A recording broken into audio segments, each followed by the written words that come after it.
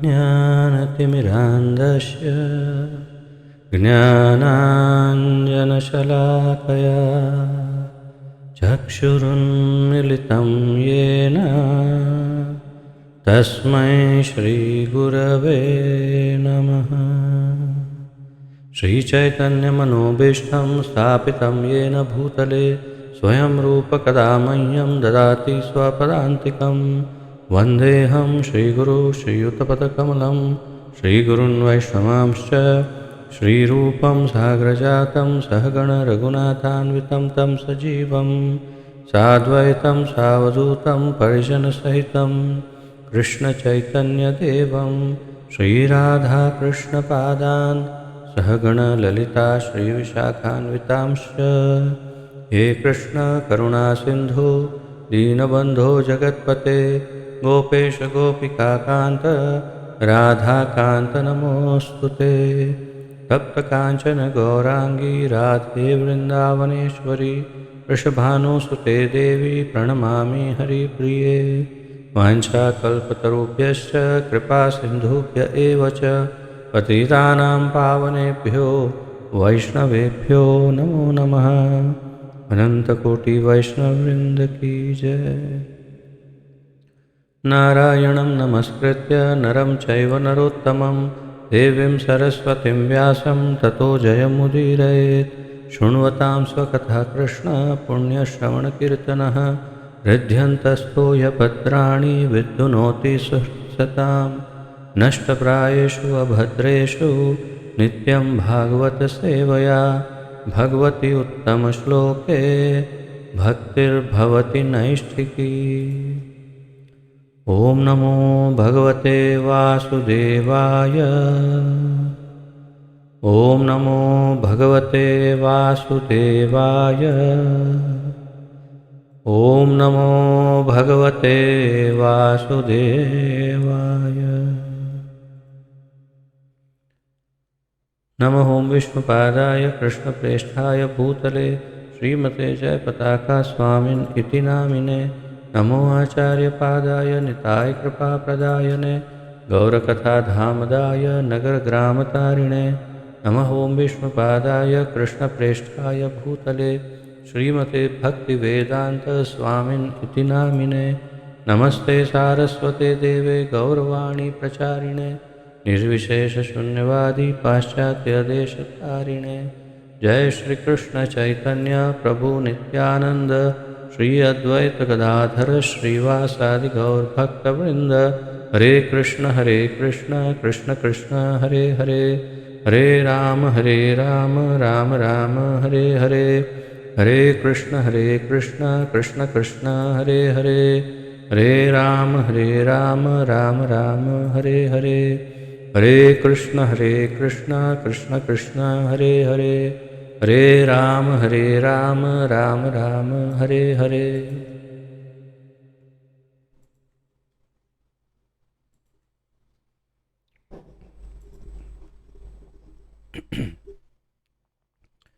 आप सबका बहुत बहुत स्वागत है।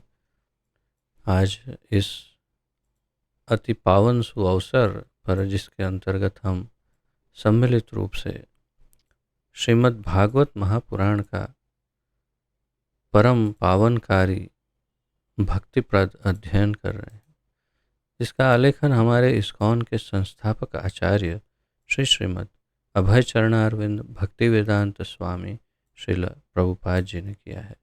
श्रील प्रभुपाद की जय। तो प्रथम स्कंद के 7वें अध्याय में अब शौनक ऋषि सूत गोस्वामी से पूछ रहे हैं और सूत गोस्वामी बता रहे हैं कि नारद मुनि के जाने के पश्चात व्यासदेव ध्यान में बैठे, ध्यान में भगवान का दर्शन हुआ, भगवान के साथ साथ उनको माया देवी का भी दर्शन हुआ। और ये सब का क्या तात्पर्य है, उससे क्या प्राप्त हुआ या तो क्या कहना चाहते हैं, वो आज हम पढ़ेंगे। मुख्य रूप से अब श्रीमद् भागवत का आलेखन प्रारंभ करेंगे व्यासदेव, और सबसे बड़ी इसकी उपलब्धि भागवत पढ़ने से जो है वो है भक्ति की प्राप्ति। तो मुख्य रूप से 2 श्लोक अगर हम आज ले पाएँ तो उन दोनों श्लोकों में भागवत तथा भागवत से उत्पन्न होने वाली भक्ति की जो शक्ति है उसकी चर्चा आज विशेष रहेगी। क्योंकि भक्ति से क्या कुछ नहीं प्राप्त हो सकता, एक जीवात्मा को उसका परिचय आज प्राप्त होगा। तो आइए प्रारंभ करते हैं। पहले पुनरावर्तन करेंगे कल का एक ही श्लोक हमने वैसे लिया था, उसका थोड़ा सा पुनरावर्तन तथा आज का श्लोक उसके पश्चात। आप स्क्रीन पर पढ़ पा रहे हैं सभी?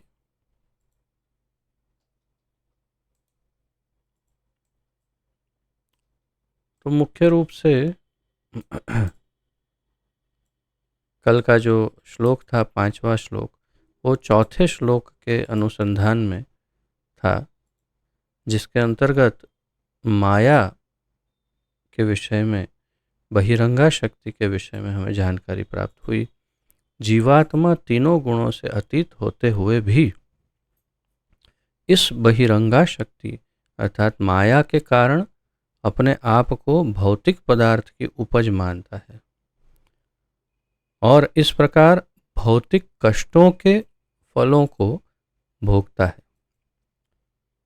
तो हमने माया का प्रभाव, भगवान ने क्यों माया के साथ अपना दर्शन दिया, वह हमने कल उसकी जानकारी प्राप्त की। कि मुख्य रूप से भगवान ये जताना चाहते थे कि जो भव रोग है, इस भौतिक संसार का जो रोग है, उसका मूल कारण माया है और ये माया जो रोग का कारण है उसे तुम देख लो, ऐसा बताना चाहते थे। और फिर क्या है ये माया, उसकी संपूर्ण जानकारी हमने इस श्लोक तथा उसके तात्पर्य में प्राप्त की। प्रभुपाद जी ने काफ़ी लंबा तात्पर्य दिया। अब आज का श्लोक, जिसके अंतर्गत हम आज और ये 6 और 7 2 श्लोकों में भक्ति जो भागवत से उत्पन्न होगी उसका महत्व समझेंगे।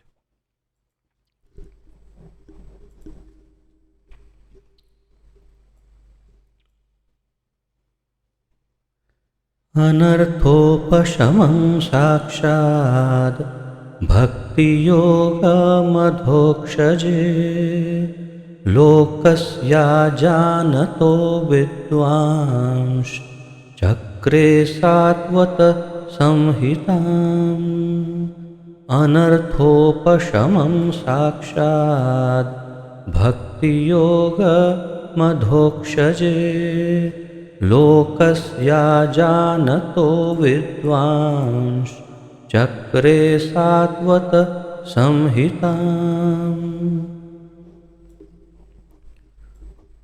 अनर्थोपशमं साक्षात् भक्तियोगमधोक्षजे लोकस्या जानतो विद्वांस चक्रे सात्वत संहिताम्। ये कंठस्थ करने योग्य श्लोक 6 और 7 दोनों श्लोकों में महत्वपूर्ण जानकारी है, आप प्रयास कर सकते हैं। शब्दार्थ, अनर्थ फालतू चीजें, इंग्लिश में क्या लिखते हैं प्रभुपाद जी?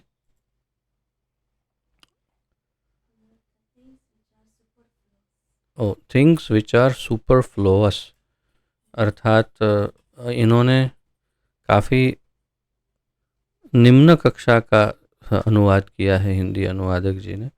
सुपरफ्लोअस अर्थात इतना जो महत्वपूर्ण ना हो या जो बहुत ही कम महत्व का हो, या जो जैसे छिछोरा कहते हैं, जो इतना गहरा ना हो, जिसकी बहुत वास्तव में आवश्यकता ना हो, ऐसी वस्तुओं को या ऐसा जो भी विषय है उसे अंग्रेजी में सुपरफ्लोअस कहते हैं।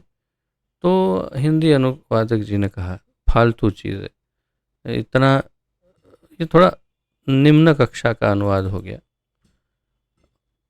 तो ऐसे कहेंगे जो व्यर्थ वस्तुएं हैं जीवन में, जिसका इतना महत्व नहीं है एक मनुष्य या एक जीवात्मा के जीवन में, ऐसी वस्तुएं, अनावश्यक वस्तुएं, या फिर ऐसी वस्तुएं जिनसे हमारा नुकसान हो, जिससे हमारा नुकसान हो, ऐसी वस्तुएं, तो इसे कहते हैं अनर्थ। हमारे हृदय में अनर्थ ही अनर्थ भरे रहते हैं, ऐसी अनावश्यक वस्तुएं भरी रहती है हृदय में कि जिसकी वास्तव में आवश्यकता होती ही नहीं है, तो अनर्थ। उपशमम, बहिष्कार या निवारण, तो उसका शमन, जैसे हिंदी में कहते हैं शमन करना, या उपशमम संस्कृत में, अर्थात उसका निवारण, निकाल, बहिष्कार। साक्षात, प्रत्यक्ष। भक्ति योगम, भक्ति को जोड़ने की विधि। क्यों प्रभुपाद जी ने ऐसा अनुवाद किया? योगम अर्थात जोड़ना, योग, इसमें युज्य धातु है, युज्य अर्थात जुड़ना या जुड़ाव। तो योगम का अर्थ है जोड़ना, और भक्ति योगम यानी भक्ति को जोड़ने की विधि, या तो भक्ति से जोड़ने की विधि, ये उचित अनुवाद होगा। भक्ति के द्वारा भगवान से जुड़ने की विधि, उसे भक्ति योगम कहते हैं। अधोक्षजे, अब यहाँ प्रभुपाद जी ने अनुवाद अंग्रेजी में क्या किया? अनटू द ट्रांसेंडेंस, अर्थात यहाँ हिंदी अनुवादक जी ने दिव्य लिखा है, अधोक्षजे, दिव्य को, और प्रभुपाद जी ने अंग्रेजी में लिखा है अनटू द ट्रांसेंडेंस, अर्थात जो सभी गुणातीत, सब कुछ के ऊपर है, जो इस भौतिक संसार से जो परे हैं उसको। किंतु ये स्वाभाविक है, ये श्री भगवान का ही ये वर्णन है, किंतु श्रील जीव गोस्वामी जो है ये बहुत स्पष्ट करते हैं। आप जानते हैं श्रील जीव गोस्वामी के तात्पर्य इतने अधिक लंबे हैं, एक एक श्लोक में, पिछले 2 श्लोकों से तो कम से कम, एक श्लोक में कम से कम यूँ समझिए कि 10 पन्ने भर भर कर तो उन्होंने इसका कम से कम 10 पेजेस जितना तात्पर्य दिया ही है। तो मैं नज़र डाल रहा था जब उस पर, तो मैंने देखा कि उसमें उन्होंने अधोक्षज को बहुत अच्छे से समझाया है, शब्द को। और अधोक्षज उन्होंने जो समझाया वो मैं उतना ही पाठ केवल ले रहा हूँ, क्योंकि बाकी पूरे दोनों तात्पर्यों 6 और 7 में प्रभुपाद जी ने अधिक से अधिक जीव गोस्वामी के तात्पर्य से ही लिया है, इसलिए हम अलग से उसे देखेंगे नहीं। लेकिन अधोक्षज शब्द का अनुवाद तो श्री जीव गोस्वामी कहते हैं अधोक्षज शब्द भी श्री कृष्ण को संदर्भित करता है। अधोक्षज ये श्री कृष्ण का नाम है, या तो उनको ही संदर्भित करता है। फिर कहते हैं व्युत्पत्ति के अनुसार इस शब्द का अर्थ है वह जो इंद्रिय बोध से परे है। तो व्युत्पत्ति अर्थात एक ऐसी संशोधन पद्धति कि जिसमें हम किसी शब्द का बहुत ही गहरा ऐतिहासिक अर्थ ढूंढते हैं, तो उसे व्युत्पत्ति कहते हैं। तो अगर अधोक्षज शब्द का ऐतिहासिक शब्द अर्थ ढूंढने जाए कि ये शब्द का, ठीक है कृष्ण का नाम हो सकता है या भगवान का, लेकिन ये शब्द का मूल अर्थ क्या है, तो कहते हैं उस व्युत्पत्ति के अनुसार इस शब्द का अर्थ है वह जो इंद्रिय बोध से परे है, हमारी इंद्रियों के बोध से परे है। अर्थात प्रभुपाद जी ने जो अनुवाद किया वो एकदम परफेक्ट किया। अनटू द ट्रांसेंडेंस, ट्रांसेंडेंस अर्थात जो इंद्रिय बोध से जो परे हो उसे ट्रांसेंडेंटल या अब इसका दिव्य ऐसा अनुवाद किया है, किंतु हमारी इंद्रियों से अतीत, ऐसा अधोक्षज का अर्थ है। लेकिन आगे जीव गोस्वामी कहते हैं, लेकिन यह श्री कृष्ण का एक नाम भी है जो राक्षसी पूतना को मारने के बाद प्राप्त हुआ था। श्री जीव गोस्वामी कहते हैं कि पूतना को मारने के बाद कृष्ण को अधोक्षज ये नाम प्राप्त हुआ, और इसका वर्णन हरिवंश पारण इस में किया गया है। हरिवंश पारण नामक ग्रंथ है, उस ग्रंथ में इस घटना को समझाया है, जो जीव गोस्वामी ने श्लोकों सहित सब प्रस्तुत किया है, जो मैं नहीं कर रहा हूँ, किंतु उन्होंने सब श्लोक सहित समझाया कि यहाँ पर ये श्लोक दिया है और इसमें बताया है कि क्योंकि पूतना आई उनको मारने, मार पाई नहीं, और वो मर गई लेकिन भगवान सुरक्षित है। तो इसका कुछ अर्थ निकाला कि अधोक्षज अर्थात कि जो इस प्रकार स्वयं की रक्षा करके पूतना को मार दिया उन्होंने, ऐसा कुछ तात्पर्य यह है कि पूतना को मारने के बाद कृष्ण का नाम भी अधोक्षज हुआ। तो ये एक, अब जो भी हो ये बात यहाँ पर स्पष्ट हम समझते हैं, भक्ति योगम अधोक्षजे अर्थात कृष्ण के प्रति जो भक्ति योग है उसकी बात है। अधोक्षजे अर्थात कृष्ण को, यहाँ दिव्य को है किंतु मूल रूप से कृष्ण को, क्योंकि अगले श्लोक में तो फिर एकदम स्पष्ट कृष्ण का नाम लेकर ही कहा जाएगा। लोकस्य सामान्य लोगों का, अजानतः न जानने वाले, विद्वान प्रकांड पंडित, चक्रे संकलन किया, चक्रे, चक्रे अर्थात संकलित किया या एकत्रित किया। तो आपके पास यदि बहुत सारी वस्तुएं हैं, उसे आप एकत्रित करो तो आप कह सकते हो चक्रे अर्थात सब एकत्रित किया, ऐसा कुछ। और वास्तव में आलेखन के संदर्भ में ये शब्द ज़्यादा उपयोगी है,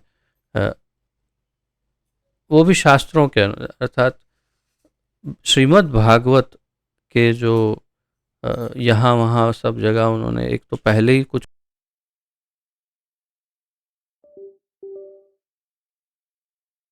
जो घटनाएं हैं, जो लीलाएं हैं भगवान की, वो सब एकत्रित करके उन्होंने संकलन किया। तो चक्रे अर्थात ये भागवत के अनुसंधान में कहा गया। सात्वत परम सत्य के प्रसंग में संहिताम वैदिक साहित्य, सात्वत संहिताम, ये पूरा शब्द जब देखेंगे तो इसका अर्थ है श्रीमद् भागवत। सात्वत यानी परम सत्य के प्रसंग में, परम सत्य, और संहिताम तो वैदिक साहित्य। मैंने आपको पहले भी शायद इसका अर्थ बताया था, समहिता जो सबका हित एक समान रूप से कर सके उसे समहिता कहते हैं। ब्रह्म संहिता, मनु संहिता, तो ये सात्वत संहिता, तो सभी परम सत्य में के अनुसंधान में सबका सत्य, सबका हित कर सके, अर्थात सबको परम सत्य का ज्ञान दे सके, ऐसी संहिता कौन कौन सी है? श्रीमद् भागवत महापुराण। तो सात्वत संहिताम। अब देखते हैं श्रील प्रभुपाद जी का अनुवाद। जीव के भौतिक कष्ट जिन्हें वह अनर्थ समझता है,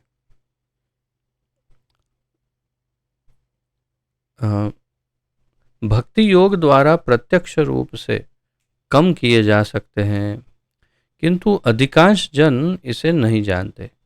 इसलिए विद्वान व्यासदेव ने इस वैदिक साहित्य का संकलन किया जिसका संबंध परम सत्य से है।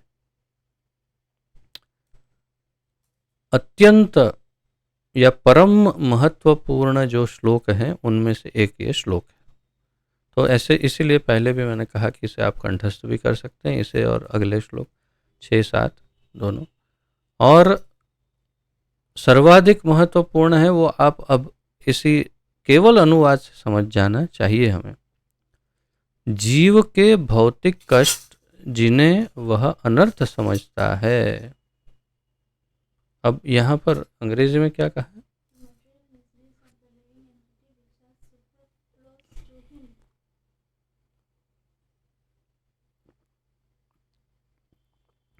तो लगभग वैसा ही कह रहे हैं प्रभुपाद जी अंग्रेजी में।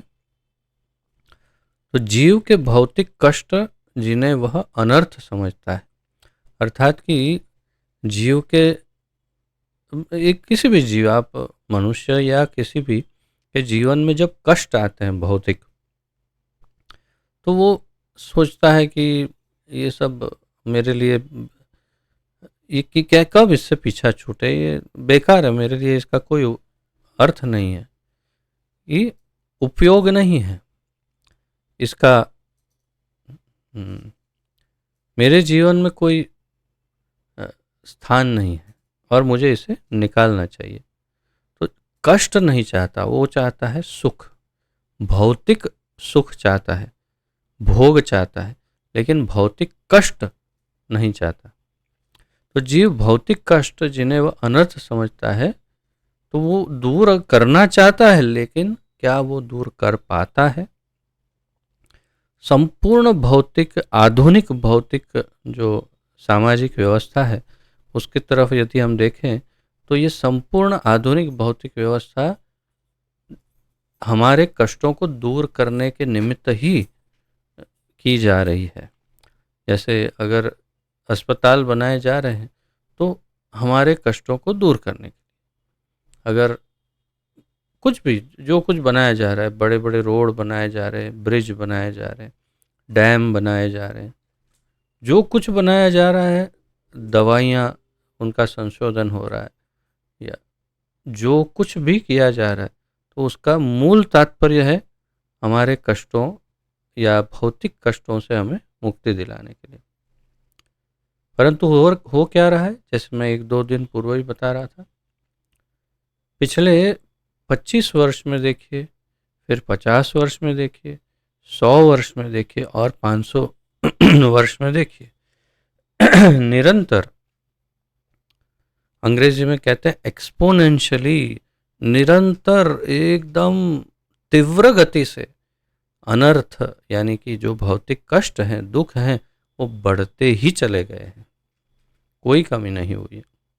बल्कि जितना प्रयास आधुनिकता से इसका निवारण करने का किया जा रहा है, उतना अधिक कोई ना कोई अति तीव्र कष्ट आकर के गिरता है सर पर। अब सामान्य उदाहरण, सबसे सामान्य और सर्वविदित उदाहरण जो सब जानते हैं वो है कोरोना रोग। कोरोना रोग आया और हजारों की संख्या में, लाखों की संख्या में लोग अपना जीवन गंवा बैठे। बड़ी मुश्किल से उसका वैक्सीन ढूंढ लिया और वैक्सीन लगाया, तो फिर इसका, और फिर कुछ दवाइयाँ भी ढूंढी गई, कुछ थोड़ी बहुत दवाइयाँ कि जिससे उसको काफ़ी हद तक ठीक किया जा सकता है। तो क्या परिणाम हुआ? सेकंड वेव आया और पहले से अधिक लोग मारे गए। अब इसका क्या कारण है?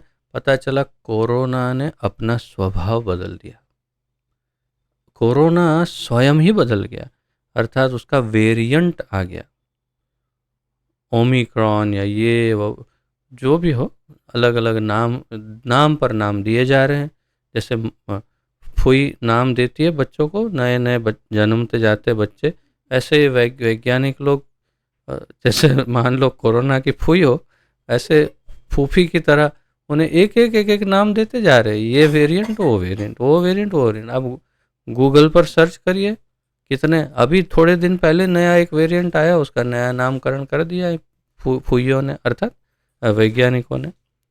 तो कहने का तात्पर्य है कि ये लोग केवल नामकरण कर सकते हैं, उसका कंट्रोल नहीं कर सकते।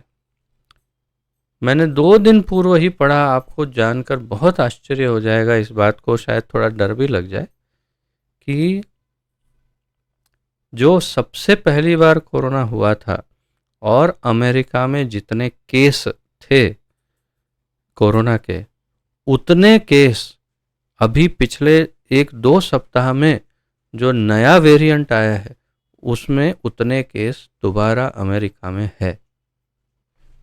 अर्थात कि वही सीन फिर से दिखाई दे रहा है कोरोना का। क्या कर सकते हैं वैज्ञानिक? कुछ भी नहीं, वैक्सीन बेकार। क्यों? क्योंकि उसने अपना स्वभाव ही बदल दिया, परिवर्तन आ गया उसमें। तो प्रकृति और मूल रूप से भगवान हमसे करोड़ों कोटि गुना ज़्यादा बुद्धिशाली है। एक सामान्य कीटाणु इतना बुद्धिशाली है कि वो अपने आप को परिवर्तित कर देता है, आपकी वैक्सीन और दवाइयाँ बेकार हो जाती हैं। तो आपकी भौतिक पद्धति से क्या इन दुखों को दूर किया जा सकता है? तो मान लो ना, एक बार तो मान लो। नहीं मानना कोई बात नहीं, ट्राई करो। ये जन्म नहीं, कोई बात नहीं, 2-4 जन्म ट्राई करो। अगर जब मान जाओ, हार जाओ कि हाँ मैं भौतिक दृष्टिकोण से, भौतिकीकरण से, आधुनिकीकरण से मैं कष्ट दूर नहीं कर सकता, तो ये रहा उसका उपाय। अब पढ़ो। भक्ति योग द्वारा प्रत्यक्ष रूप से कम किया जा सकता है। तो ये जो भौतिक कष्ट है उसे कम किया जा सकता है भक्ति योग के द्वारा, और प्रत्यक्ष रूप से इसे कम किया जा सकता है। ये सबसे महत्वपूर्ण बात है जो आज का मूल सार रहेगा कि भक्ति योग जो है वही हमारे भौतिक कष्टों का निवारण कर सकता है। किंतु अधिकांश जन इसे नहीं जानते। सबसे महत्वपूर्ण बात क्या है कि अधिक से अधिक लोग इस बात को नहीं जानते। अधिकांश लोग इसे नहीं जानते। इसीलिए, और अगर मान लो जानते, अभी मैंने ये आज बता दिया, आप यूट्यूब, फेसबुक, व्हाट्सएप, इसमें उसमें सब जगह प्रसारित कर दो कि हाँ आपके जीवन में जो भी कष्ट हैं वो भक्ति योग से दूर हो सकते हैं, ऐसा भागवत में लिखा हुआ है। जान लिया तो क्या हो गया? अब क्या सब भागवत पढ़ने बैठ जाएंगे सब छोड़कर? नहीं।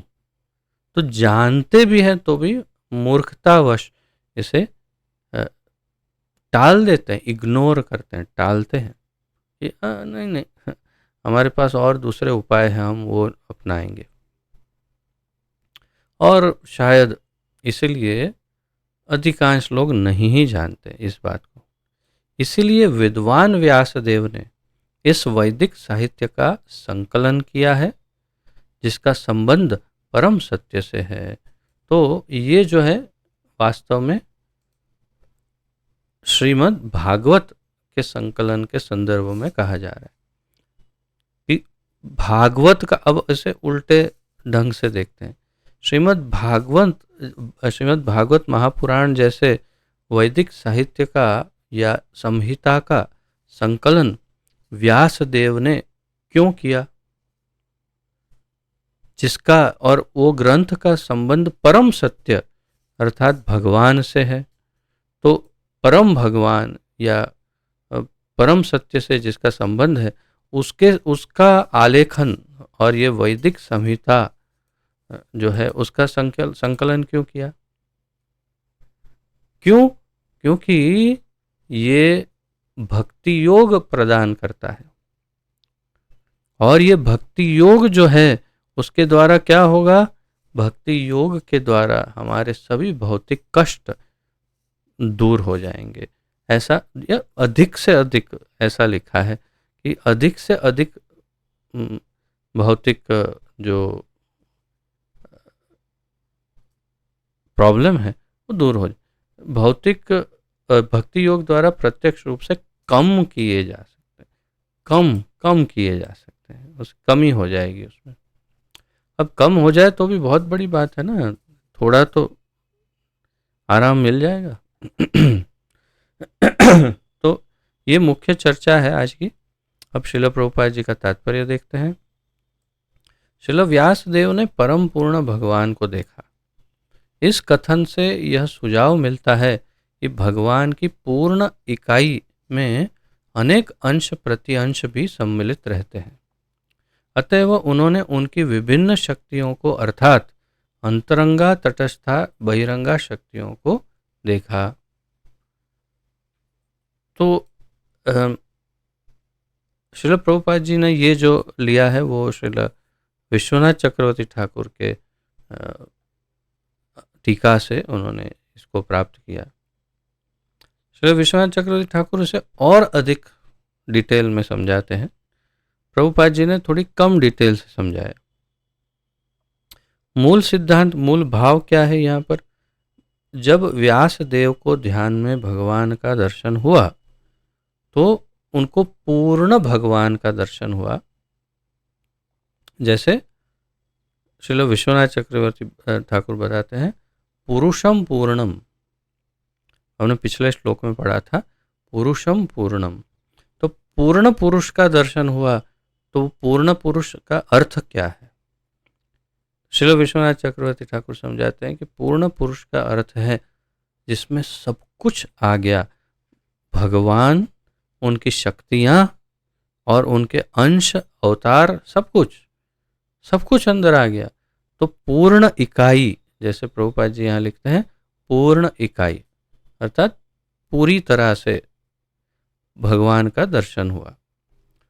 अब उसमें क्या क्या आता है पूरी तरह में? तो उनकी विभिन्न शक्तियाँ, तो उनकी विभिन्न शक्तियाँ कौन सी शक्ति? तो मुख्य रूप से हम 3 शक्तियाँ जानते हैं, अंतरंगा, तटस्था और बहिरंगा, ये 3 शक्तियाँ। और श्रील विश्वनाथ चक्रवर्ती ठाकुर इससे भी थोड़ा अधिक समझाते हैं शक्तियों के अनुसंधान में।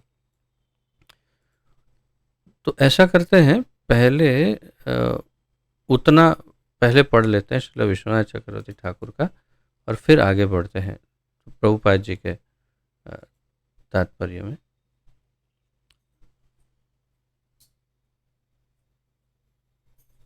तो मैं आपके साथ शेयर ही करता हूँ, आप भी पढ़ पाएंगे इसे।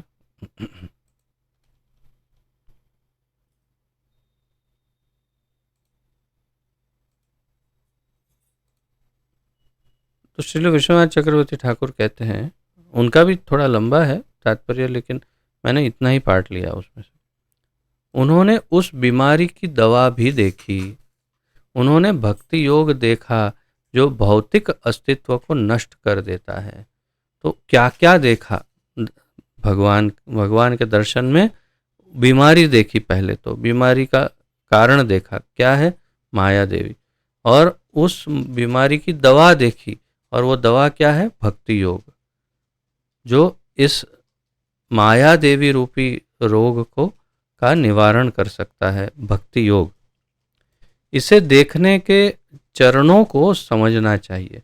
अब श्रील विश्वनाथ चक्रवर्ती ठाकुर समझाते हैं कि भगवान को कैसे देखा वो समझने जैसा है। तब इसको थोड़ा सा अलग करते हैं। सबसे पहले उन्होंने भगवान के दर्शन किए।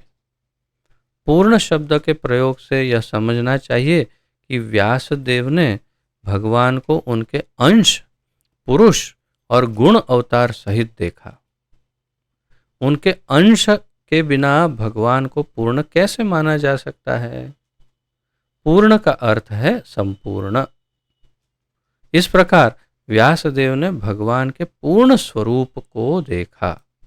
तो ये एक पॉइंट हुआ कि भगवान को कैसे देखा? पूर्ण रूप से, पुरुषम पूर्णम। तो इससे क्या अर्थ है?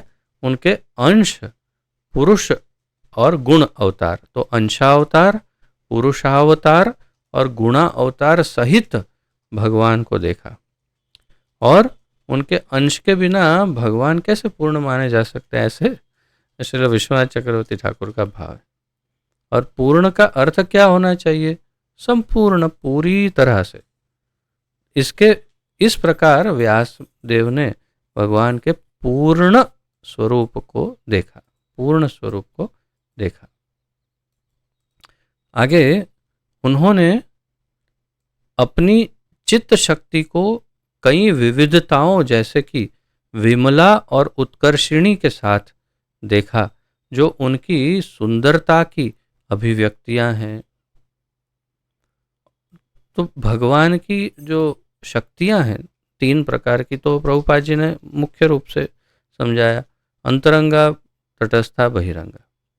अंतरंगा में जिसे चित्त शक्ति भी कहते हैं, उसमें भी कई प्रकार, मैंने जैसे आपको बताया था, संबित, संधिनी, आह्लादिनी, और उसमें विमला और उत्कर्षिणी है।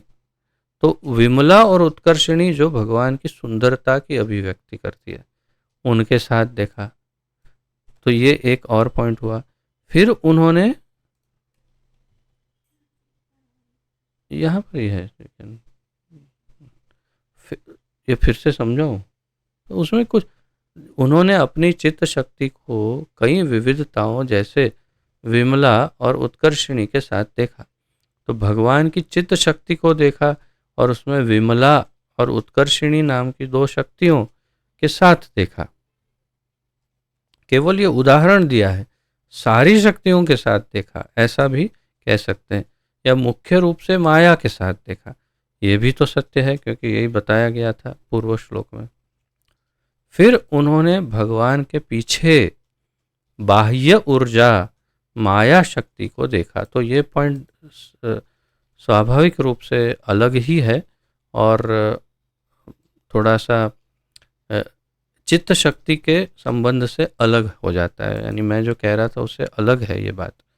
तो चित्त शक्ति अर्थात अंतरंगा शक्ति को देखा और उसमें उन्होंने कई विविधताओं के साथ उत्कर्षिणी और विमला को भी देखा। और फिर बहिरंगा शक्ति को अलग से देखा, जो बाह्य ऊर्जा है भगवान की, जो एक्सटर्नल एनर्जी, जो माया शक्ति है, और वो भगवान के पीछे थी, पीछे, भगवान के पीछे देखा।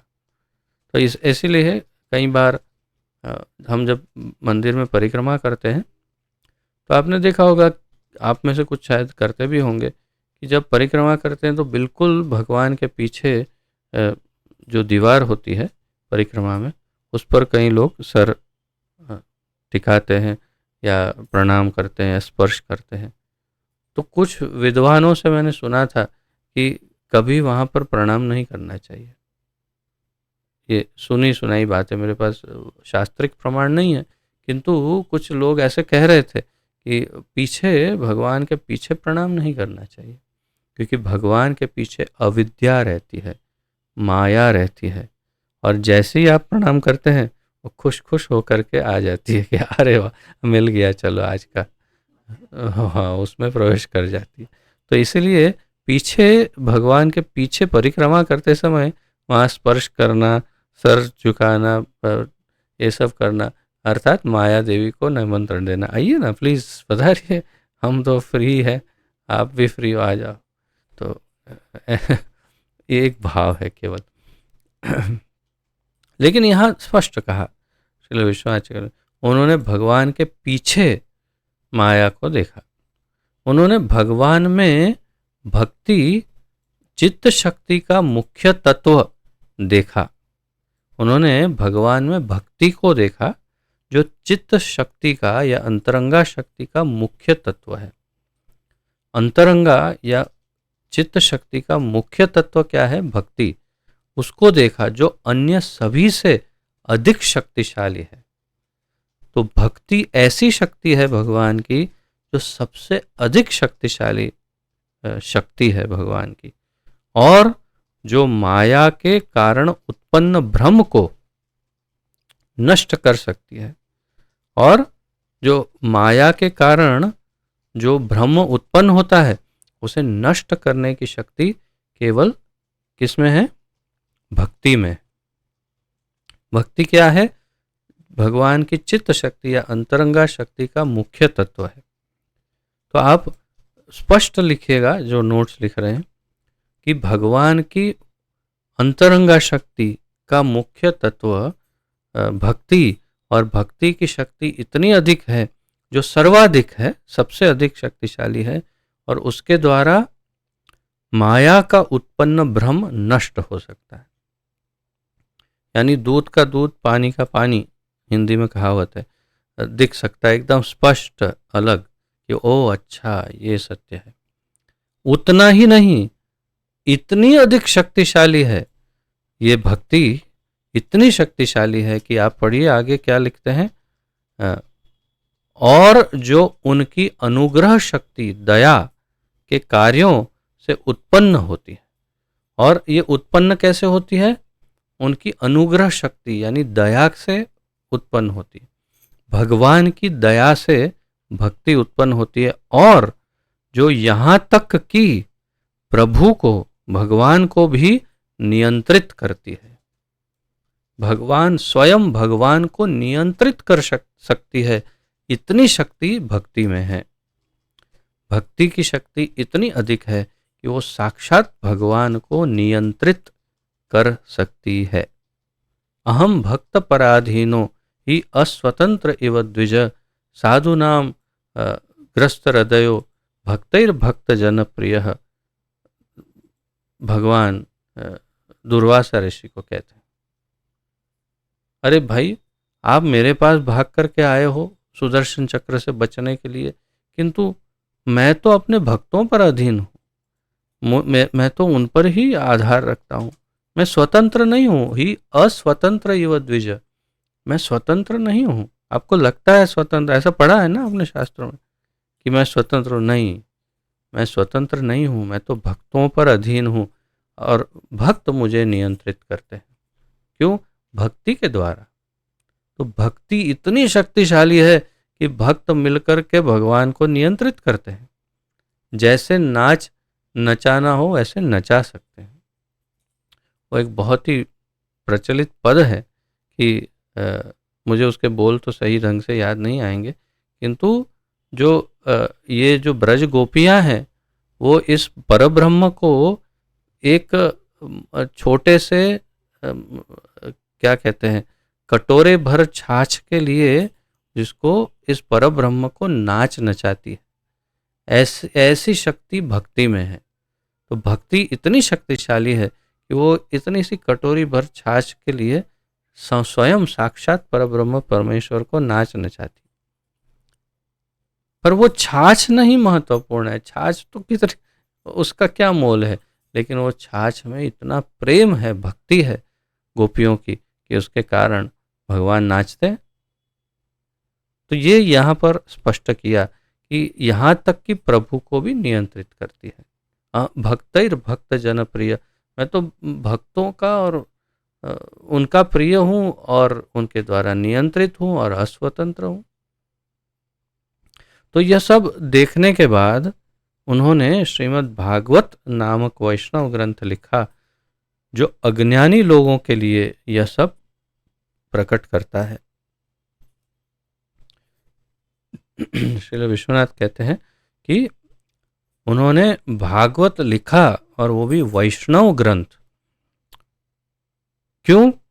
जो अज्ञानी लोगों को ये सब बताता है कि क्यों भक्ति सबसे शक्तिशाली है, भक्ति से क्या प्राप्त हो सकता है, और भक्ति कहाँ से मिलेगी, भागवत से मिलेगी, ये सब कुछ, और इससे आपके सारे दुख दूर हो जाएंगे। तो ये सारी बातें, तथापि भगवान, उनकी शक्तियाँ, वो सब वर्णन, तो ये सब के लिए ही लिखा है। तो ये बहुत ही अद्भुत इसका वर्णन था। अब प्रभुपाद जी इसी के आधार पर यहाँ जो कह रहे हैं वो कह रहे हैं, तो उसे फिर अब पढ़ते हैं।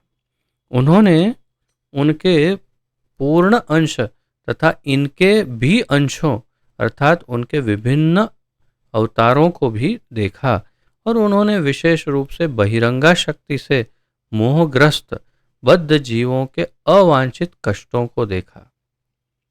अंत में उन्होंने बद्ध जीवों के उपचार को भी देखा, जो भक्ति योग है।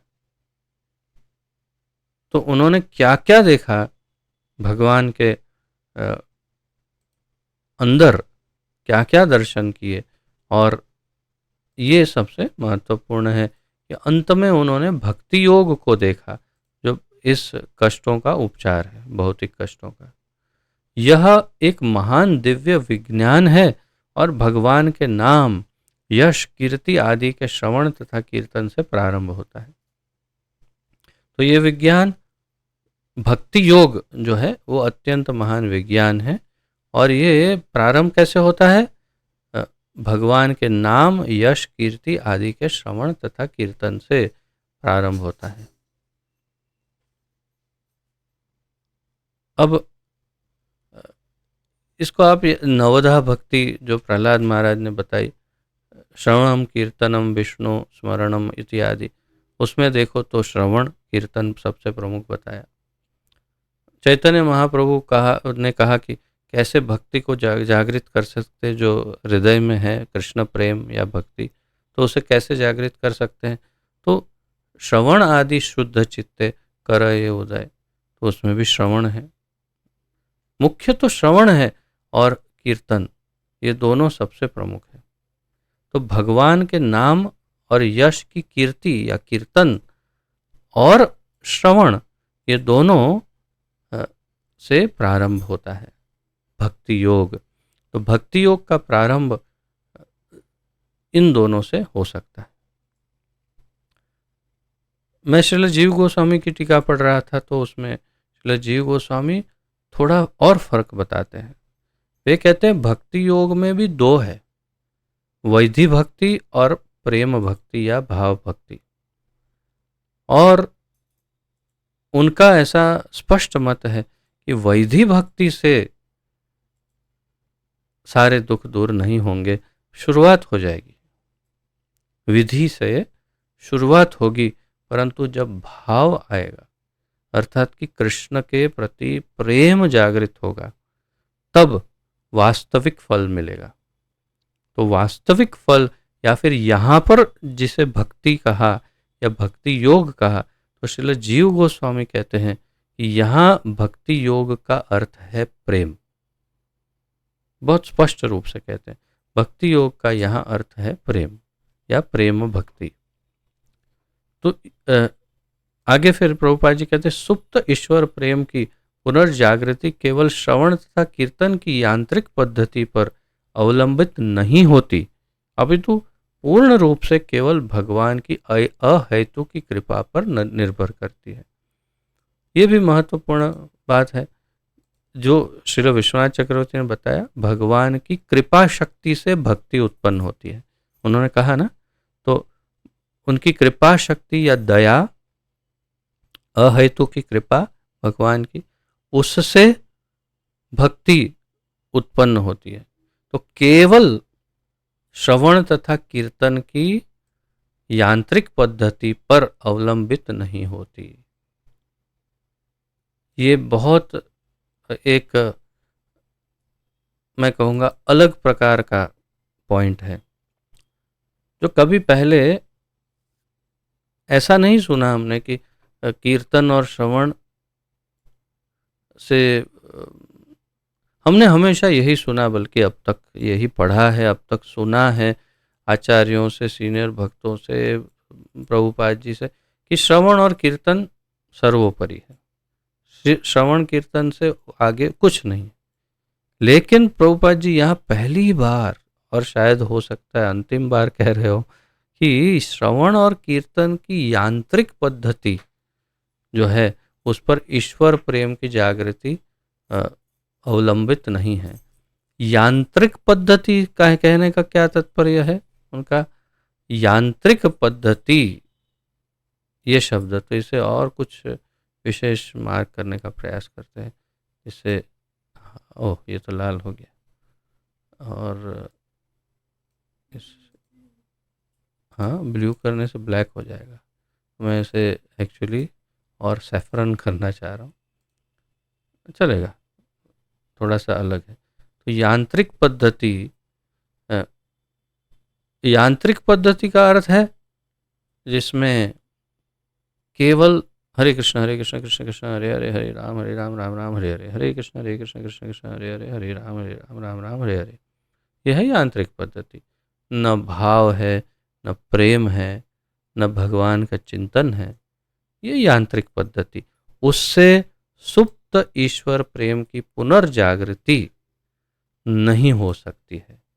सोए हुए ईश्वर प्रेम की जागृति ऐसी यांत्रिक पद्धति से नहीं। आप लाखों जप करो, श्री हरिदास ठाकुर से अधिक जप करो, लेकिन यदि यांत्रिक जप हो रहा है तो आपका फायदा हो तो अवश्य ही रहा है, परंतु उतना नहीं। तो कैसे जागेगा? जब आप जप करेंगे तब आप भगवान के विषय में कुछ न कुछ चिंतन करेंगे। अब इस समय कुछ जप के विषय में चर्चा कर सकते हैं, क्योंकि हम सभी भक्त जप करते हैं प्रतिदिन 16 माला हरे कृष्ण महामंत्र की कम से कम, और कई भक्त और अधिक समय अनुसार जप करते हैं। तो हम जब जप करते हैं तो कैसे जप करना है, और कितना सारा मार्गदर्शन अलग अलग भक्त देते हैं, सीनियर भक्त, कैसे जप करना चाहिए, क्या करना चाहिए इत्यादि। लेकिन मुख्य क्या कहते हैं, नाम को ध्यान से सुनो। जब जप करते हो तो नाम को ध्यान पूर्वक सुनो। लेकिन एक सबसे महत्वपूर्ण बात बताना सभी सीनियर भक्त शायद भूल ही जाते हैं कि प्रेम जागृत करो। क्योंकि यदि प्रेम जागृत नहीं होगा जप में तो फिर ये यांत्रिक पद्धति ही बन के रह जाएगी। आप यांत्रिक ढंग से भी ध्यान से सुनोगे, एकदम ध्यान से सुन रहे हो, लेकिन यंत्रवत, अर्थात ये उसमें भाव नहीं है। भाव जब तक नहीं होगा तब तक ये सफल नहीं होगा, ऐसा श्रील प्रभुपाद जी इस जगह पर कह रहे हैं। क्योंकि आचार्य ऐसा कह रहे हैं, हमने देखा कि श्री जीव गोस्वामी भाव भक्ति महत्वपूर्ण है, वैधि भक्ति नहीं, ऐसा श्री जीव गोस्वामी लिखते हैं अपनी टीका में। तो जप करते समय आप क्या कर सकते हो? भाव जागृत करने के लिए या तो आप ठाकुर जी की छवि को देखते रहो और उनके सामने जप करो। ठाकुर जी की छवि को देखते हुए आंखों को फोर्स कर सकते हैं आप, जबरदस्ती ठाकुर जी की छवि पर चिपकी रहे आंखें, ऐसा प्रयास कर सकते हैं और जप करते रहो। या फिर श्रील प्रभुपाद जी की छवि पर ध्यान केंद्रित करो और जप करते रहो। मैं मेरा व्यक्तिगत अनुभव आपको बता रहा हूँ। मैंने बहुत लंबे समय तक श्रील प्रभुपाद जी की छवि के उनके चरणों पर ध्यान को केंद्रित करके मैंने जप किया, और मुझे जो फल मिला है वो मैं यहाँ इस मंच पर नहीं बता सकता। कुछ अलौकिक ही फल प्राप्त हुआ जो अद्वितीय है, ऐसा फल प्राप्त हुआ। वो कैसे प्राप्त हुआ? श्रील प्रभुपाद जी की छवि में उनके चरणों पर बिल्कुल एक टक देखते हुए, बिल्कुल एकाग्र मन करके वहाँ पर उनके चरणों में ध्यान केंद्रित करके मैं जप करता। एक बैठक में 20 माला, और उनके चरणों पर जब देखता रहा और धीरे धीरे मेरी पूरी चेतना में परिवर्तन आया हो, ऐसा मुझे लगा। श्री गुरु चरण पद्म केवल भक्ति सद्म, आर ना करी मने आशा। इसका इस वाक्य को सिद्ध कर होता हुआ देखा मैंने अपने जीवन में कि श्री गुरु चरण पद्म गाया सब ने है, लेकिन ध्यान किसी ने नहीं दिया इस बात पर कि चरण कितने महत्वपूर्ण है। और मेरा ये व्यक्तिगत अनुभव है। और अगर ये दोनों ही पद्धतियाँ यदि आपको उपयुक्त ना लगे तो आप भगवान की कुछ लीलाओं का चिंतन कर सकते हैं, अथवा मानसिक परिक्रमा कर सकते हैं जैसे वृंदावन की, या मानसिक दर्शन कर सकते हैं भगवान के मंदिरों के, और इस प्रकार आपका भाव बस किसी तरह एन केन प्रकारेण जप में भाव जागृत हो, ये थोड़ा जरूरी है। जो मेरा ये कहना है कि अगर भाव जागृत होगा जप में, तब आपका जप संपूर्ण सार्थक होगा। फिर आपको ये सब यांत्रिक ढंग से उस पर ध्यान केंद्रित करने की, ये सब की जरूरत नहीं पड़ने वाली, और तब फल मिलेगा। सुप्त ईश्वर प्रेम पुनर्जागृत होगा ही निश्चित रूप से। तो अपितु पूर्ण रूप से केवल भगवान की अहेतु की कृपा पर निर्भर करती है। जब भगवान भक्त की निष्ठा से पूर्ण रूप से प्रसन्न होते हैं, तब वे उसे दिव्य प्रेममय सेवा प्रदान कर सकते हैं। तो भगवान की कृपा पर निर्भर होता है। भगवान की कृपा कैसे प्राप्त होती है? उसकी निष्ठा को देखकर।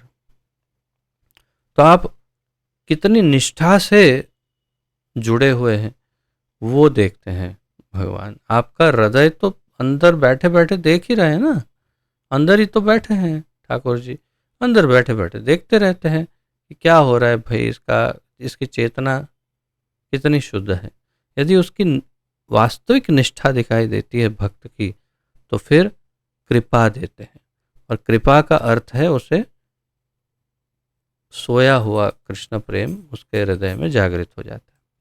लेकिन श्रवण तथा कीर्तन की संस्तुत विधियों से भी भौतिक जगत के व्यर्थ तथा अवांछित दुखों को तुरंत कम किया जा सकता है। ये निश्चित है कि अगर आप यांत्रिक विधि से भी करते हैं जप और कीर्तन, तो भी इससे भौतिक जगत के जो व्यर्थ अवांछित दुख हैं वो तो तुरंत कम हो ही जाएंगे, ये एकदम निश्चित है। तो इसलिए जप और कीर्तन कभी, श्रवण और कीर्तन अर्थात क्षमा करिए, श्रवण तथा कीर्तन जो है वो कभी बंद नहीं होना चाहिए। श्रवण किसका? कीर्तन का, या भगवान की कीर्ति का अर्थात भागवत का। और कीर्तन किसका? नाम का, हरे कृष्ण महामंत्र का, या फिर उनके नाम को, उनके लीलाओं के बारे में बताना दूसरों को, अर्थात भागवत का। तो श्रवण का अर्थ भागवत और नाम है, और कीर्तन का अर्थ भी भागवत और नाम दोनों है। भौतिक आसक्ति का इस तरह दूर होना दिव्य ज्ञान के विकसित होने की प्रतीक्षा नहीं करता, अपितु ज्ञान परम सत्य की चरम अनुभूति के लिए भक्तिमय सेवा पर निर्भर होता है। तो प्रभुपाद जी बता रहे हैं कि भौतिक आसक्ति का इस तरह दूर होना दिव्य ज्ञान के विकसित होने की प्रतीक्षा नहीं करता, अर्थात भौतिक आसक्ति दूर हो सकती है बिना ज्ञान के। असंभव लगता है, असंभव। बिना ज्ञान, बिना नॉलेज के, बिना जानकारी के कैसे भौतिक आसक्ति दूर हो सकती है? ज्ञान मिलेगा, मैं शरीर नहीं हूँ, मैं आत्मा हूँ, मैं भगवान का दास हूँ, और इत्यादि इत्यादि इत्यादि। ये सब जब ज्ञान मिलेगा तभी तो आसक्ति दूर होगी। प्रभुपाद जी कहते हैं नहीं, ऐसा नहीं है।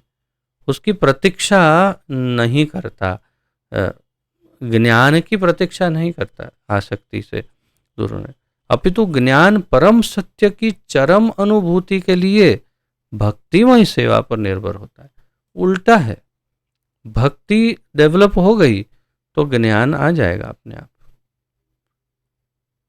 मुझे स्मरण है इस भागवत में प्रथम स्कंद के दूसरे अध्याय का 7वां श्लोक है मेरे ख्याल 1.2.7। वासुदेव भगवती भक्ति योग प्रयोजितः जनयति आसु वैराग्यम ज्ञानम चयद अहैतुकम। वासुदेव भगवती भक्ति योग प्रयोजितः। तो वासुदेव भगवती, कृष्ण के प्रति भक्ति, जो प्रकट हो गई, अगर कृष्ण के प्रति भक्ति प्रकट हो गई, वासुदेवे भगवती भक्ति योग प्रयोजित भक्ति योग, उससे क्या होगा, जब भक्ति मिल जाएगी तो जनयति उत्पन्न होता है, आसु वैराग्यम, तो उससे वैराग्य प्राप्त हो जाएगा, भक्ति के द्वारा वैराग्य, ज्ञानम, उससे ज्ञान भी प्राप्त हो जाएगा, च अहेतुकम, अहेतु की, बिना किसी कारण ही वैराग्य और ज्ञान मिल जाएगा जब भक्ति मिलेगी। भक्ति माँ है, वो आएगी तो बच्चे आ ही जाएंगे साथ में, ये नहीं कि बच्चों के बाद माँ आएगी, जरूरी नहीं है। ज्ञान और वैराग्य होने से भक्ति आएगी ऐसी कोई जरूरत नहीं है, और ये अवश्य ही जरूरी है कि माँ आएगी तो पीछे पीछे बच्चे आएंगे। तो इसलिए इस श्लोक में स्पष्ट रूप से कहा कि अगर आपके पास वासुदेव कृष्ण की भक्ति है तो पीछे पीछे ज्ञान और वैराग्य दौड़ के चले आएंगे, आपको अलग से प्रयास नहीं करना पड़ेगा। तो जो ज्ञान मार्गी है उनके लिए ये बोध है, ज्ञान मार्ग में क्यों समय गंवा रहे हो, केवल कृष्ण के लिए प्रेम जागृत करो हृदय में, भक्ति योग को साधो, और फिर देखो ये आपको जो ज्ञान चाहिए सब मिल जाएगा। मेरा निजी अनुभव है, क्योंकि आप सब जो परिचित हैं वो जानते हैं कि मैंने इस्कॉन को ज्वाइन करने से पहले कितने सारे अलग अलग प्रकार के संप्रदायों को देखा, बचपन से लेकर बस उतने वर्षों तक, 30-35 वर्षों में या 40 वर्षों में अनेक मैंने संप्रदाय देखे, हाँ 30-35 वर्षों में, और उनमें कुछ में गहराई से, कुछ में ऊपर से, सभी में कुछ न कुछ देखा, और जो ढूंढ रहा था वो नहीं मिला। इस्कॉन में देखा कीर्तन है, जप है, प्रसाद है, नृत्य है, और ज्ञान है, शायद होगा थोड़ा बहुत। पता चला कि इसके अंदर ज्ञान इतना है जो कितने किसी भी अन्य संप्रदायों में मुझे कभी नहीं दिखा, वो इतना स्पष्ट और वास्तविक ज्ञान यहाँ मिल गया। तो तात्पर्य यह है कि जनयति आसु वैराग्यम ज्ञानम चयद अहेतुकम कम वासुदेवे भगवती भक्ति योग प्रयोजिता, तो वासुदेव कृष्ण की भक्ति से ज्ञान और वैराग्य मिल जाएंगे, अलग प्रयास नहीं करना पड़ेगा। तो ये बड़ा महत्वपूर्ण सुवाक्य है प्रभुपाद जी द्वारा। हमने मेरे ख्याल से जो तात्पर्य है वो तो पूर्ण रूप से देख ही लिया है श्रील विश्वनाथ चक्रवर्ती का, और अब 7वें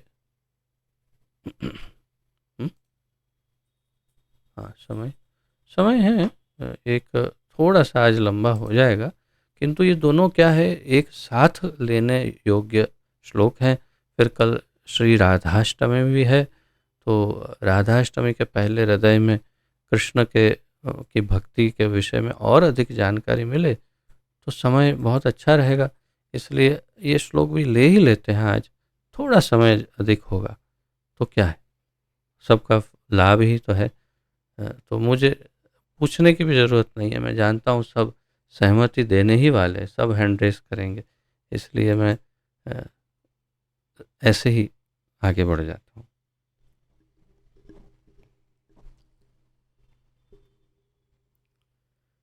यस्यां वै श्रूयमाणायां कृष्णे परमपुरुषे भक्तिरुत्पद्यते पुंसः शोकमोह भयापहा।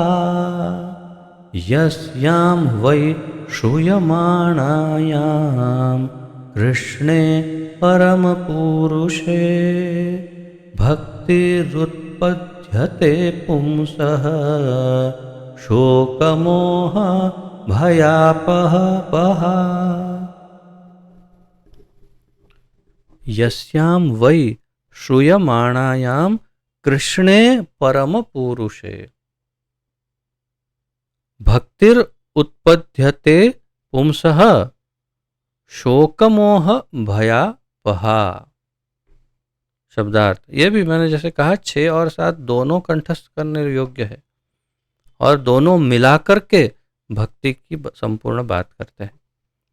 यस्याम, और श्रील जीव गोस्वामी ने दोनों का मिला करके 20-25 या 30 पन्ने जितना है पता नहीं, गिनती नहीं की मैंने, लेकिन 20 पन्नों से तो अधिक ही टीका लिखी है दोनों मिला करके।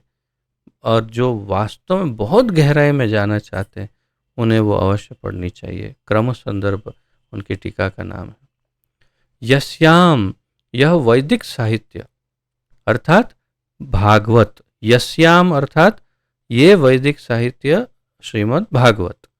वही निश्चय ही श्रूयमाणायाम, मात्र श्रवण करने से, कृष्णे, भगवान कृष्ण में, परम परम पुरुषे, भगवान में, परम पुरुषे, परम भगवान, परब्रह्म परमेश्वर भगवान में, भक्ति ही, भक्ति की भावनाएं, उत्पद्यते, अंकुरित होते हैं, पुंसः, जीव का, शोक संताप, मोह मोह, भय डर, अपहा भगाने वाला या नष्ट करने वाला।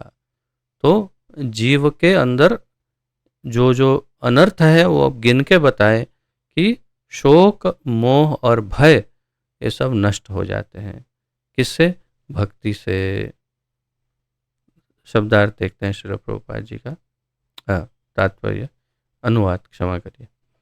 इस वैदिक साहित्य के श्रवण मात्र से पूर्ण पुरुषोत्तम भगवान श्री कृष्ण की प्रेमा भक्ति की भावना तुरंत अंकुरित होती है, जो शोक मोह तथा भय की अग्नि को तुरंत बुझा देती है। अब बताइए, तो ये इसमें दोनों की स्तुति आ गई। किसकी स्तुति आ गई? इस वैदिक साहित्य के श्रवण मात्र से। और इस पर तो क्या लिखा है टीका में आचार्यों ने, आहा, उन्होंने तो बस पूरी श्रृंखला ही बताई है कि इस साहित्य के श्रवण मात्र से प्रेम भक्ति अंकुरित होती है। अंकुरित तो पूरा सुन लेने पर पूरी भक्ति मिल जाती है, और किसी और को बोलने पर ओहो फिर तो क्या मिलेगा। ऐसी पूरी श्रृंखला बताई है आचार्यों ने कि श्रवण मात्र से ये फल मिला, तो पूरा सुनने पर ये मिलेगा, किसी को कहने से ये मिलेगा, ये होने से, और वो जिसको कहा वो बोलने लग जाए तो फिर हमें क्या मिलेगा। और ऐसी पूरी श्रृंखला लिख के बताइए कि भागवत की के क्या क्या लाभ है और कैसी भक्ति मिल सकती है। तो इस वैदिक साहित्य के श्रवण मात्र से पूर्ण पुरुषोत्तम भगवान श्री कृष्ण की प्रेम भक्ति की भावना तुरंत अंकुरित होती है, केवल श्रवण मात्र से, मात्र श्रवण के द्वारा। तो श्रवण मात्र से इसे थोड़ा सा और ये हो जाए कलर अलग, तो कभी ध्यान में आएगा। श्रवण मात्र से जो शोक और ये जो भक्ति है, तो क्या सबसे पहला महत्व किसका बताया? भागवत का। भागवत के बाद किसका महत्व अब बताएंगे? प्रेम भक्ति का। तो श्रवण, इस भागवत के श्रवण से श्री कृष्ण की प्रेम भक्ति अंकुरित हुई, और वो प्रेम भक्ति शोक मोह तथा भय की अग्नि को तुरंत बुझा देती है। तो ये प्रेम भक्ति का परिणाम यहां पर बताया।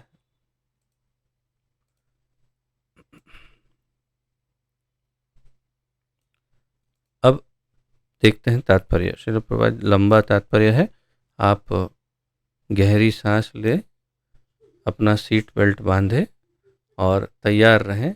बड़ी लंबी उड़ान है ये, तो आपको बीच बीच में एयर होस्टेस आके कुछ कुछ दे जाए ऐसी व्यवस्था आप स्वयं कर सकते हैं अपने घर में, लेकिन इस उड़ान में साथ दीजिएगा।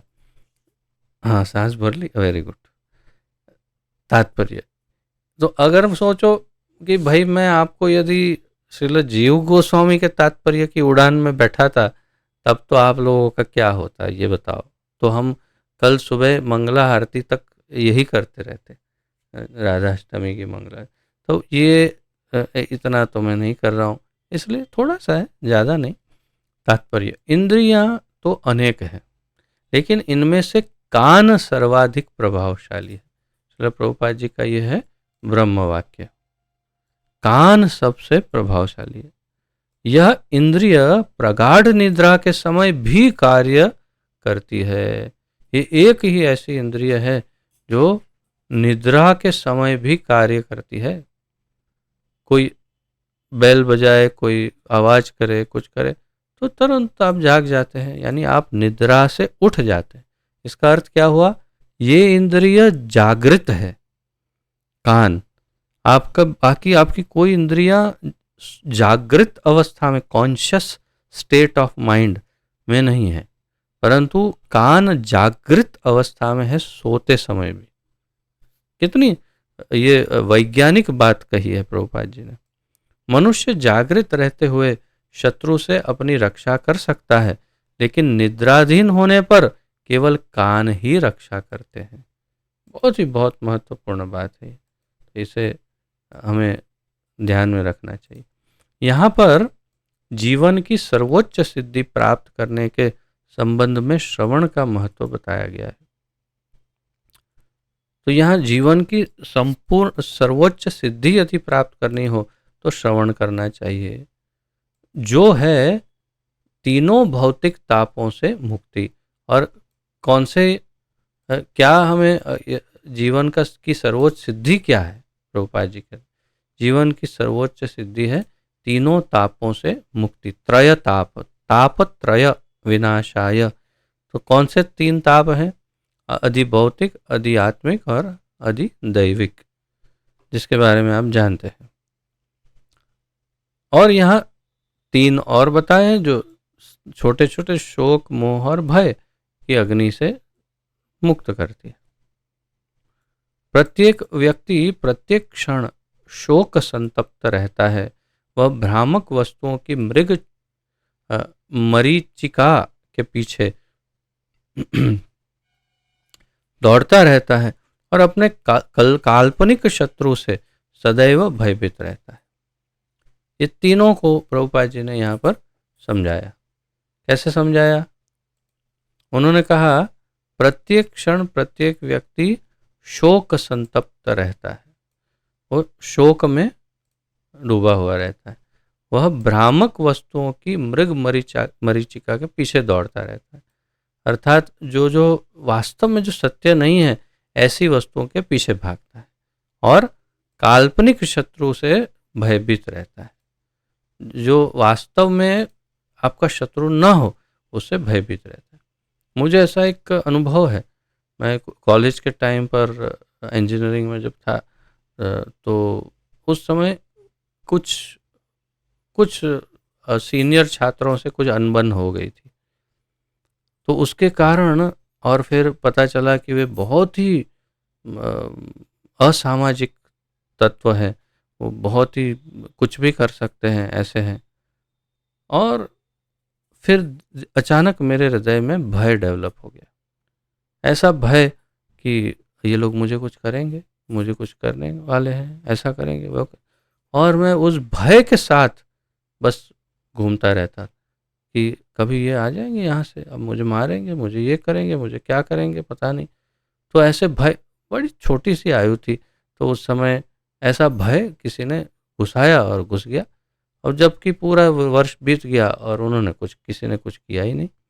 तो ये काल्पनिक शत्रु था भय, केवल बातों से वो शत्रु उत्पन्न हो गया और वो मुझे हमेशा भयभीत करता रहा साल भर। अरे ये होगा, ऐसा होगा, ऐसा। काल्पनिक शत्रु। तो ये तो केवल एक सामान्य उदाहरण है, हमारे जीवन में कई काल्पनिक शत्रु हैं, कई भ्रामक वस्तुओं की मृग मरीचिका अर्थात मिराज या जो जल, जैसे आप किसी गर्मियों की सीजन मई में आप रोड पर या रेगिस्तान में दूर देखते हैं तो आपको जल दिखता है, तो ये मृग मरीचिका है, जो वास्तविक जल नहीं है वहाँ, लेकिन आपको जल दिखता है। ऐसे भ्रामक वस्तुएं, सबसे अच्छा उदाहरण मृग मृग मरीचिका का क्या है? अमेरिका, अर्थात विदेश। तो जितने भी नवयुवक युवतियां हैं आजकल, उनमें अधिक से अधिक लोगों को बड़ी बड़ी बात, जैसे डॉक्टर बन जाना या फिर आईएएस बनना, विदेश जाना, ये सब मृग मृग मरीचिका है। लगता है अरे ये इसमें तो क्या मज़ा आ जाएगा, हमारा ये हो जाएगा, अमेरिका में तो जाएंगे तो बस ऐसे ही कि स्वर्ग में सब जगह अप्सराएं अप्सराएं घूम रही होंगी और हमारे हाथ पैर दबाती रहेंगी और मुख में अंगूर डालती रहेगी और हम आराम से सोएंगे। क्या मत पता नहीं क्या क्या कल्पना करते होंगे वहाँ पर कि क्या मिलने वाला है अमेरिका, और चलो अमेरिका अमेरिका, तो पीछे पागलों की तरह बस विदेश जाना है जाना है जाना है जाना है। और वहाँ जाने के बाद पता चला झाड़ू पोछा लगा रहे हैं, पेट्रोल पंप में काम कर रहे हैं, रिक्शा चला रहे, कोई टैक्सी चला रहे, क्या कर रहे हैं। तो क्या भाई, कहाँ क्या हुआ आपके सपनों का? नहीं मिलेगा, यहीं मिलेगा, अमेरिका में मिलेगा। अभी तो संघर्ष का टाइम है, और जो पिछले 20-25 वर्ष से संघर्ष कर रहे हैं उनको पूछो क्या मिल गया। तो ये मृग मरीचिका है कि विदेश जाने से ये मिल जाएगा, यहाँ ये मिल जाएगा, वो मिल जाएगा, और अ, उसके पीछे दौड़ते हैं, अंत में कुछ भी हाथ नहीं लगता है। इसलिए मैंने बहुत सारे उदाहरण दिए, केवल विदेश जाने का नहीं, डॉक्टर बन जाना। डॉक्टर बन जाएंगे तो क्या है, बस एक बार डॉक्टर बन गए, डॉक्टरों के जीवन को देखो तो जरा, उनके ये एक तो सेवा का भाव बिल्कुल नहीं होता, धन कमाने का भाव होता है, नहीं करने वाले सारे कार्य करते हैं, अधिक से अधिक पाप हो जाते हैं उनसे, क्योंकि मरीजों को छलना पड़ता है, और अंततोगत्वा जीवन में शांति और प्रेम का तो बिल्कुल कोई लक्षण नहीं दिखाई देता, क्योंकि टाइम ही अपना नहीं है, टाइम तो बेच चुके हैं। ऐसा जीवन क्या करना है? और ऐसे ही पढ़ाई लिखाई के और बड़े बिजनेस के, इसके उसके बहुत मरीचिका है, और शोक संतप्त रहना, हमेशा शोक में रहना, और काल्पनिक शत्रु, ये तीनों से मुक्ति भागवत से मिल सकती है, जो भक्ति हमें प्रदान करती है। ये इसका मूल सार है। भौतिक रोग के ये मूलभूत लक्षण हैं, और ये भौतिक रोग के मूल लक्षण हैं, ऐसा श्रील प्रभुपाद जी कह रहे हैं। यहाँ पर यह स्पष्ट सुझाव है कि केवल श्रीमद् भागवत का संदेश सुनने से ही भगवान श्री कृष्ण के प्रति अनुरक्ति उत्पन्न हो जाती है, और ऐसा होते ही भव रोग के लक्षण दूर हो जाते हैं। जनयति आसु वैराग्यम वासुदेव भगवती भक्ति योग प्रयोजित। तो यहाँ ये बात स्पष्ट हो जाती है कि केवल श्रीमद् भागवत का संदेश सुनने से ही, मात्र श्रीमद् भागवत सुनने से ही भगवान श्री कृष्ण के प्रति अनुरक्ति उत्पन्न हो जाती है, और ये सब रोग के लक्षण दूर हो जाते हैं, क्योंकि उसमें सब मिल जाता है। फिर ज्ञान आ जाएगा, वैराग्य आ जाएगा, रोग दूर हो जाएंगे, वो सब हो जाएगा।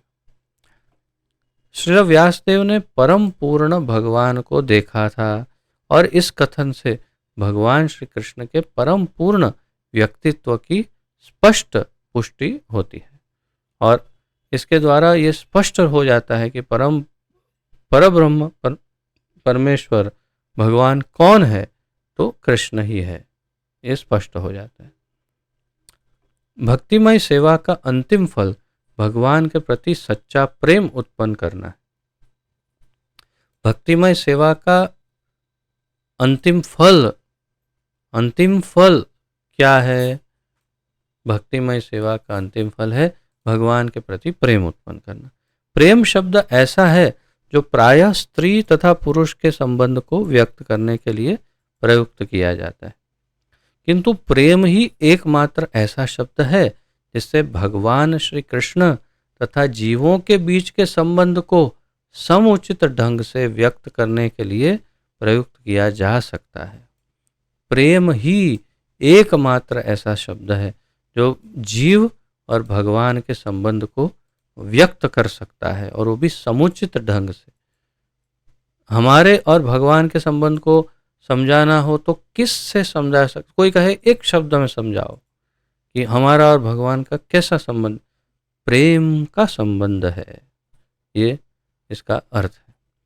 भगवत गीता में जीव को प्रकृति कहा गया है, और संस्कृत में प्रकृति शब्द स्त्रीवाचक है।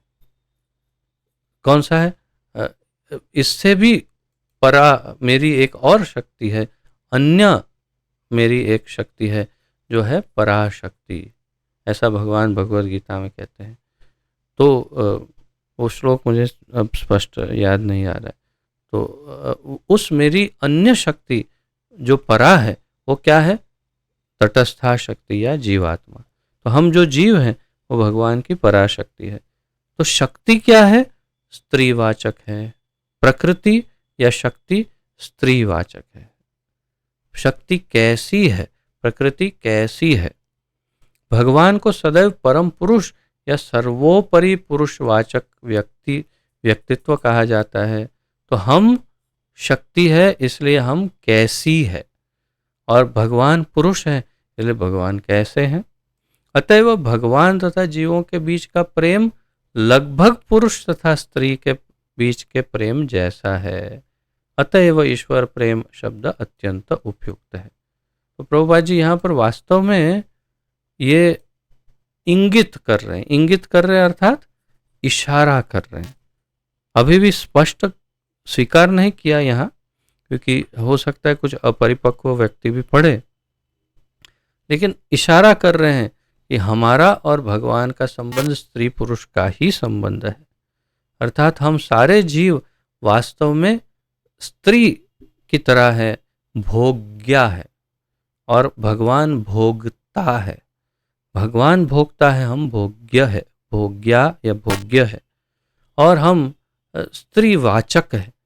अर्थात एक ग्वाल बाल मित्र हो अगर भगवान का, तो आप कहेंगे वो कैसे स्त्री? नहीं, परंतु वो भोग्य है, भगवान उसका आनंद लेते हैं, इसलिए वो स्त्रीवाचक है। ये नहीं कि सब बस चोटियां और बिंदी लगा के लिपस्टिक लगा के स्त्री ही बन जाएंगे, नॉट लाइक दैट। लेकिन स्त्री का अर्थ है भोग्य। तो हम सब भोग्य है, सारी तटस्था शक्ति, सभी जीवात्मा है भगवान द्वारा भोग्य है।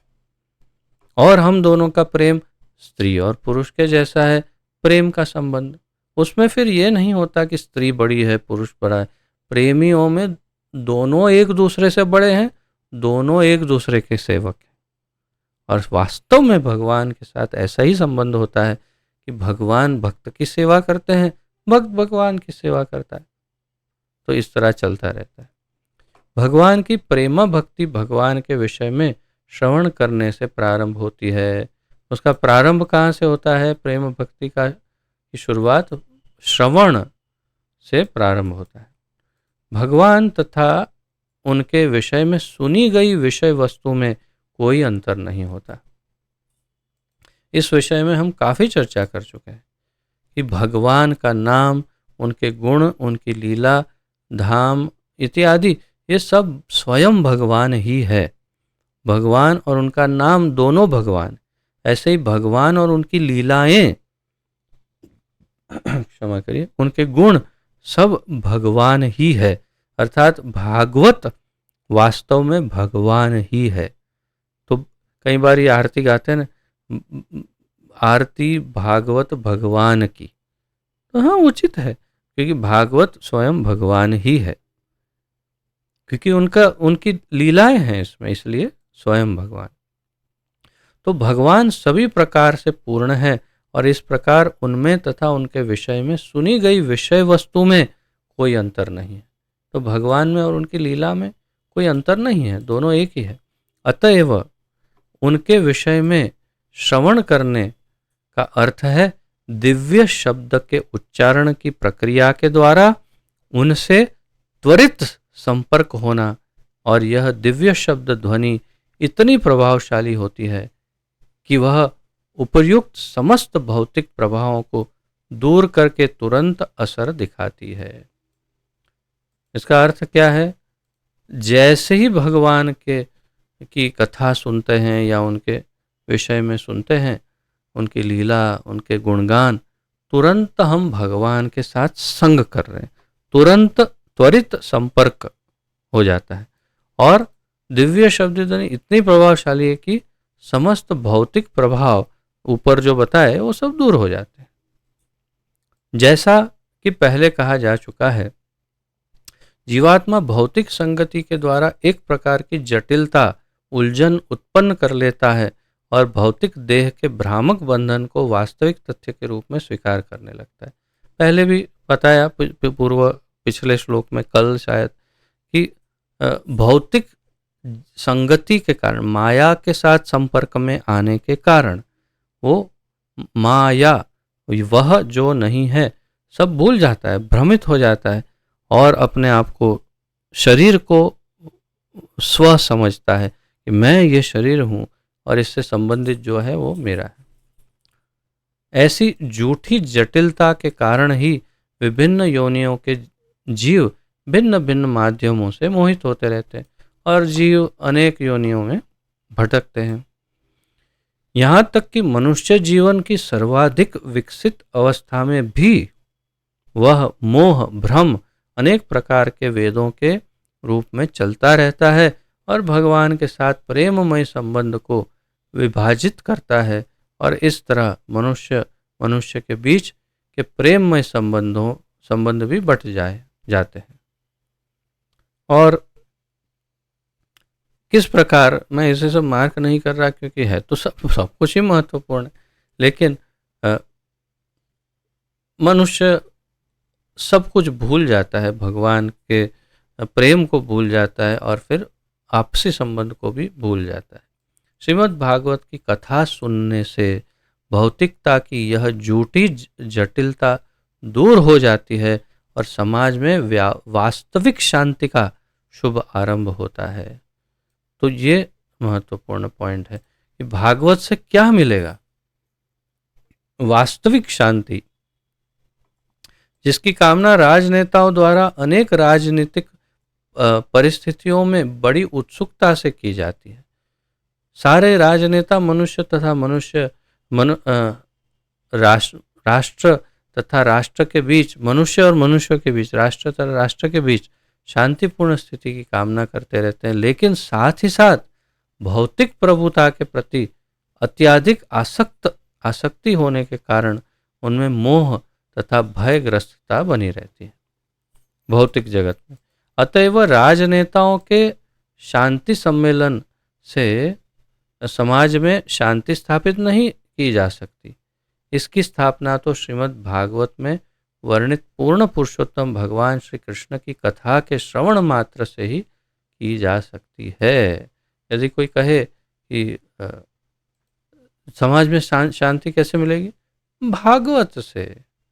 ये मूर्ख राजनेता भले ही सदियों तक शांति तथा शिखर सम्मेलन क्यों न करते रहे, अभी अभी हुआ ना एक शिखर सम्मेलन हमारे दिल्ली में, लेकिन वे इसे प्राप्त करने में विफल ही रहेंगे।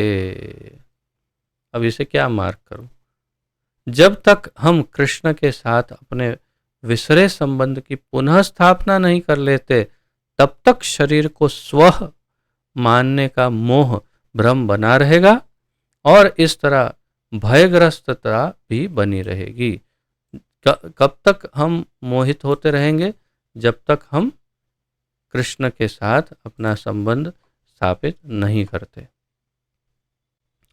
जहां तक पूर्ण पुरुषोत्तम भगवान के रूप में श्री कृष्ण की वैधता का प्रश्न है, शास्त्रों में ऐसे सैकड़ों और हजारों साक्ष्य उपलब्ध हैं और वृंदावन, नवद्वीप तथा जगन्नाथपुरी जैसे विभिन्न स्थानों के भक्तों के निजी अनुभवों से सैकड़ों और हजारों प्रमाणों प्रमाण मिलते हैं, जिससे हम ये सिद्ध कर सकते हैं कि भगवान कृष्ण ही परम भगवान है।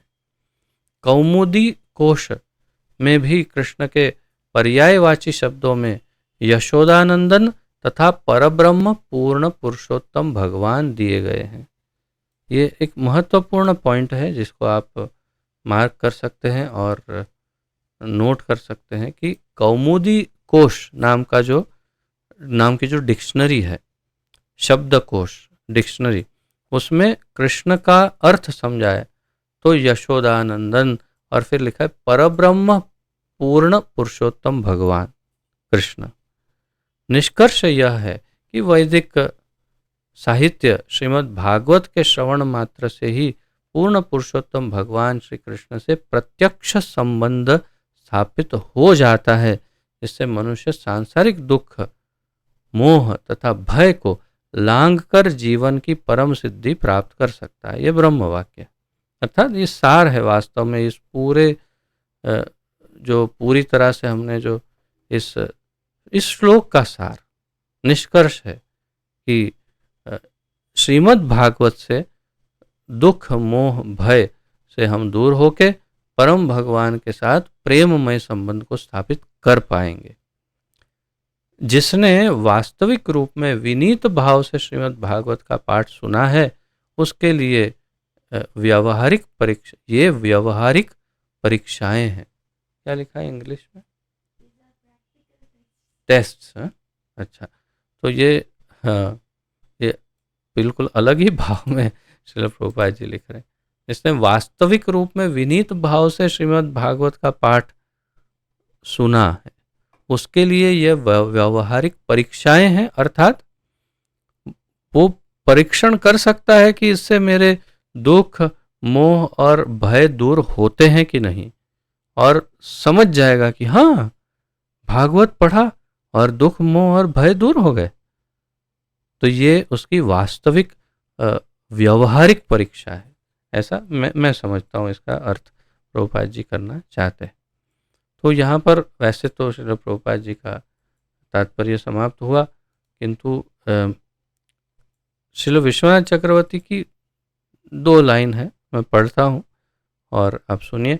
वे कहते हैं, यह श्लोक दर्शाता है कि भागवत प्रेम उत्पन्न करता है। भागवत प्रेम उत्पन्न करता है, इसके सुनने मात्र से प्रेम उत्पन्न हो जाता है। भागवत को सुनने से प्रेम उत्पन्न होता है। फिर कहते हैं, यदि कोई दूसरों को सुनने में लगा दे तो इसके अधिक प्रभाव की तो बात ही क्या।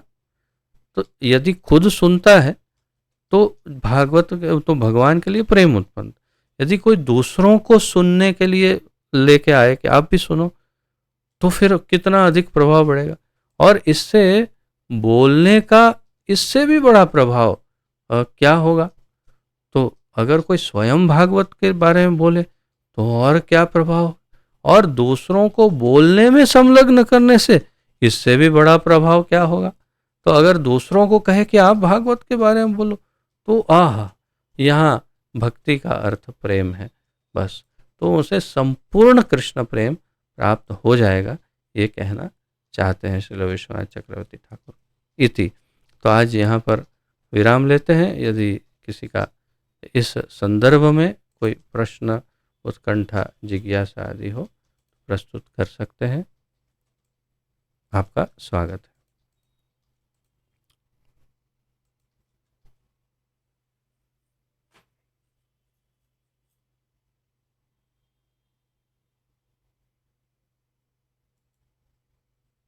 देखिए, बहुत ज़्यादा टाइम नहीं लिया, ओवर टाइम, लेकिन महत्वपूर्ण सब कवर हो गया ना। कुछ कुछ शायद वीडियो ऑन करके चले गए लगते हैं अपने अपने कार्य में। हाँ, वीडियो ऑफ करके मेरा मतलब है। अच्छा, जाग रहे हैं सब। अच्छा, ओहो, एक एक सामने आ रहे हैं। ठीक है, कोई प्रश्न? तो कोई प्रश्न नहीं है, विराम ले।